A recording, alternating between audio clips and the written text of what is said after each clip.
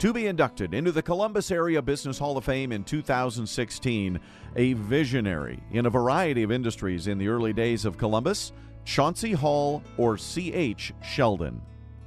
C.H. Sheldon was born in Jefferson, Ohio. At age 15, he left school and made a contract with his father so he could go to work for himself rather than remaining at home until age 21, as children were expected to do at the time. He paid $60 for this privilege and worked on a neighbor's farm for $10 per month. He completed his payment to his dad in just 8 months. C.H. enlisted 3 times during the Civil War, was wounded once, and was discharged from the Army in 1866.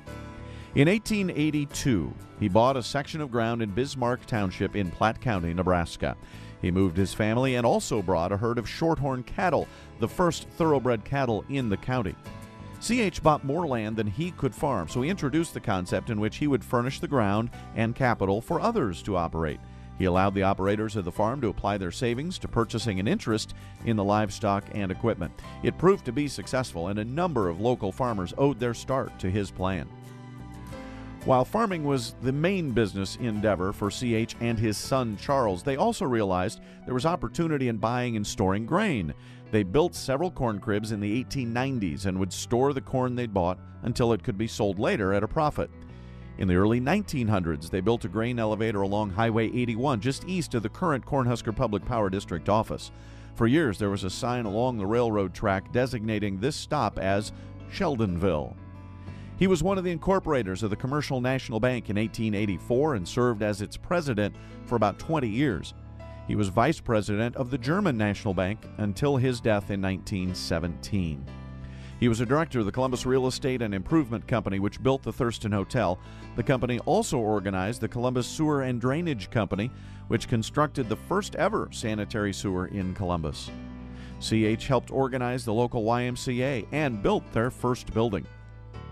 C.H. was one of 3 men who started the present-day 13th Street Business District by building what was later known as the Gray Mercantile Block, which included the building that was eventually occupied by Columbus Bank and Buck's Bootery, just west of 25th Avenue on 13th Street.